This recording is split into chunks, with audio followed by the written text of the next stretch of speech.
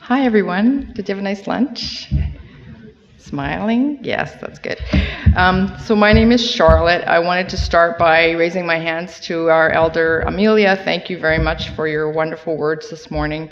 And I also wanted to, did I do this right? Nope. Sorry. Yeah.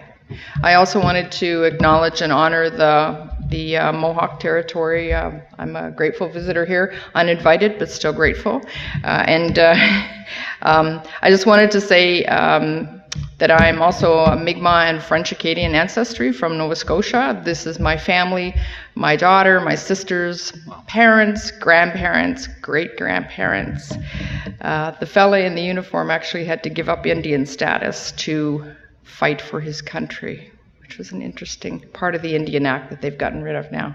That's good. So I wanted to talk to you a little bit today about a wonderful project that I've been invited to participate in. I've been working with the Canadian Aboriginal AIDS Network and folks affiliated with them for about 17 years, and always at the request of the community, and have built some really wonderful relationships with those people. And so I was really excited when I was asked to address some of the needs of the Indigenous women who are living with HIV. Now, here's what we know. Indigenous women carry a disproportionate burden of HIV, so HIV rates and prevalence are much higher proportionally in Aboriginal Indigenous communities, and women account for about 50% of those rates, relative to about 20% in the non-Indigenous population.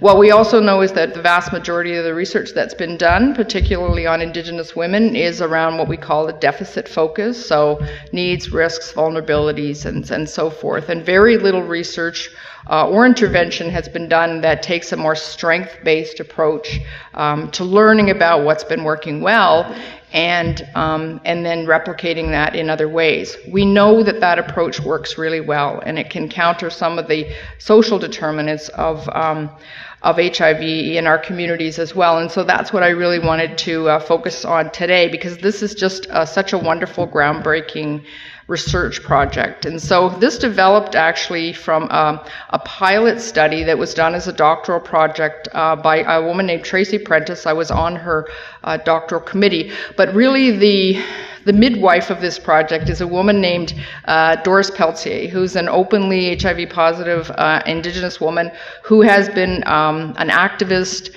in this area for decades. And so they approached me to partner in this research, which they had undertaken with a small group of Indigenous women in 3 sites across Canada. And what they did was they took their lead from the women themselves in terms of how did they want to undertake this project. So the first iteration of the idea was the women came forward and said, we're really kind of over the deficit-focused stuff. It's not that we didn't need our story told, because we did.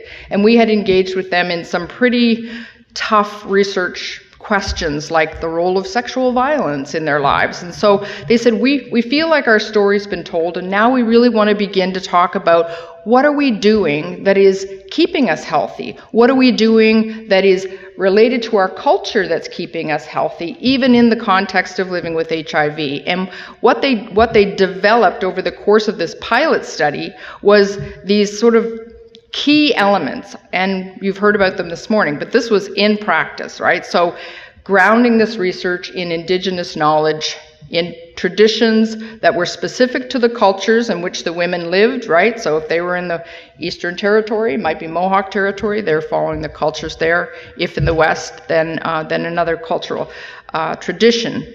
Ceremony was extremely important in the sense that there was a knowledge holder, knowledge keeper, or elder at every single meeting of the women, and that it was strength-based. So the question was, how do you stay healthy?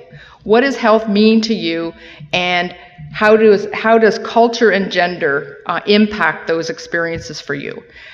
So They gathered lots of information. It was great. But what they found, the sort of unanticipated results of that study was every single woman, and there were only 13, but every single woman, many of whom didn't know each other before this, said this project, this research project, which is usually not a nice word in our communities, was healing for me.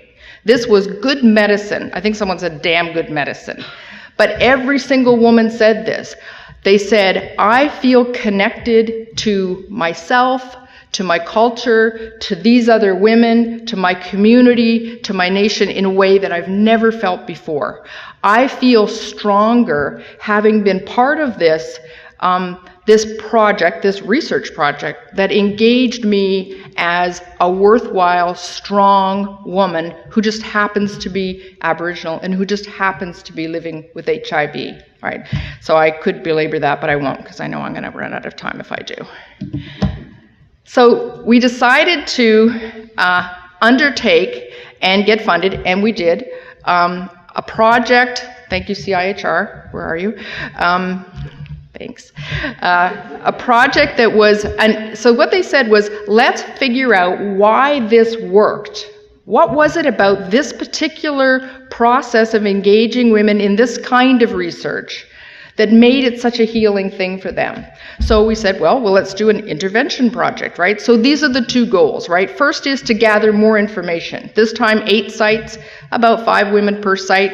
Who knows how many there'll be, but we're trying to engage 40 Indigenous women from across the country, from different cultural groups, from different gendered orientations, some female, some trans, some two-spirit, women of different experiences living with HIV, length of diagnosis, and so forth, and gather that information again, but also develop and test this as an intervention across these groups.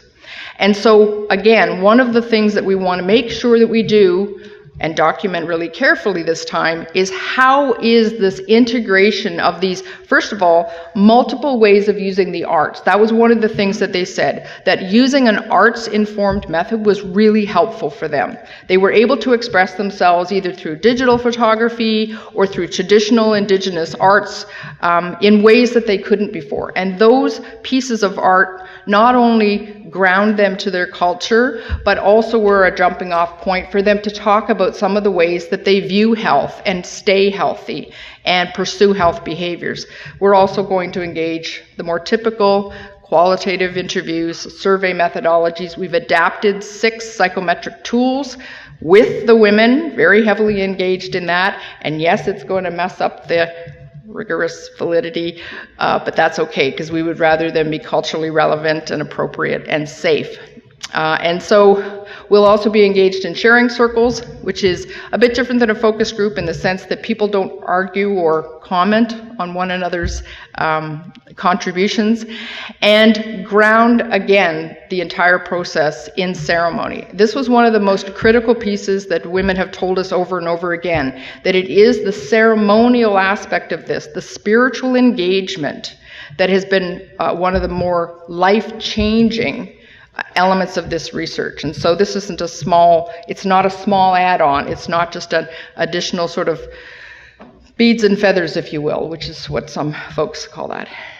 And so I wanted to really focus in on the fact that this project, that I was invited into this project in service to the women. And for me, that is my role as a researcher, is I work in service to my communities. And so when called upon, that's what I do. And the women are taking a very active role. So the women from the Visioning Health 1, we call it, the original study, have actually formed a women's council. Not all of them, but many of them, who've been still heavily engaged in this project. And so they have been very active in governing the project, making high-level decisions about what we're going to do and how we're going to proceed, particularly around cultural protocol, and making sure that the women who are engaging with us are safe and feeling respected and cared for. And they've also formed subcommittees that they often lead around the instrument development. We have a website, and we're engaging community research coordinators in these 8 sites across the country. We're training them in a 5-day training training session that is, again, very grounded in culture and tradition. And so that's just been such a wonderful experience for me, because we often think of researchers as leading the projects, and in our case, the researchers are serving. And when you change the language and you change your sense of your role in that process, I don't like to use the term empowering, but it changes the power dynamics, and it creates some humility that maybe most of us or all of us need at times during our work. We're taught to be quite arrogant in our disciplines, as you know. Well, not you particularly, people are arrogant, you know what I mean. And so the other thing that the women felt really strongly about, particularly the women on the Women's Council, is that they wanted to act as role models and peer mentors for the new research coordinators that are coming in, all of whom are Indigenous, by the way. This is an entirely Indigenous project, with the exception of Tracy Prentice, the doctoral student, who is now a postdoc on the project. I'm the bank, so I have the money, but the women make most of the decisions. And we have women from Visioning Health 1 who are acting as peer mentors to the CRCs, but also to help create some safety for the women who are very new to the project, right, so that they don't feel overwhelmed by it. So here's what we're hoping to accomplish. We're hoping that this group of women will also say, this was wonderful, this was life-changing, this really helped, and that we can gather information that tells us why it was so helpful and how it changed them in those ways that they already identified. We want to make sure that we've documented this, and we're sharing knowledge around strength-based research and some of their own strength-based conceptions of health. These are very regional and nation-specific, as we've talked about this morning.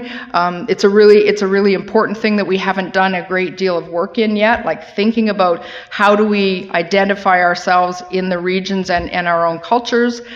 The artwork before was beautiful, and I'm sure it will be again, and we use that in our knowledge translation. We've built learning lodges out of willow saplings, and it's quite beautiful, really. The wonderful thing is that we're building a strong network. I know I'm just hitting the overtime button. I swear to God, I'll be 20 seconds. I always try. We're building a strong network of HIV-positive Aboriginal women who didn't know each other before, who felt like they were the only one in their community, in their region. This is forming a support system that goes beyond anything that you or any of us can do for them, medically, socially, economically. It is a feeling of belonging.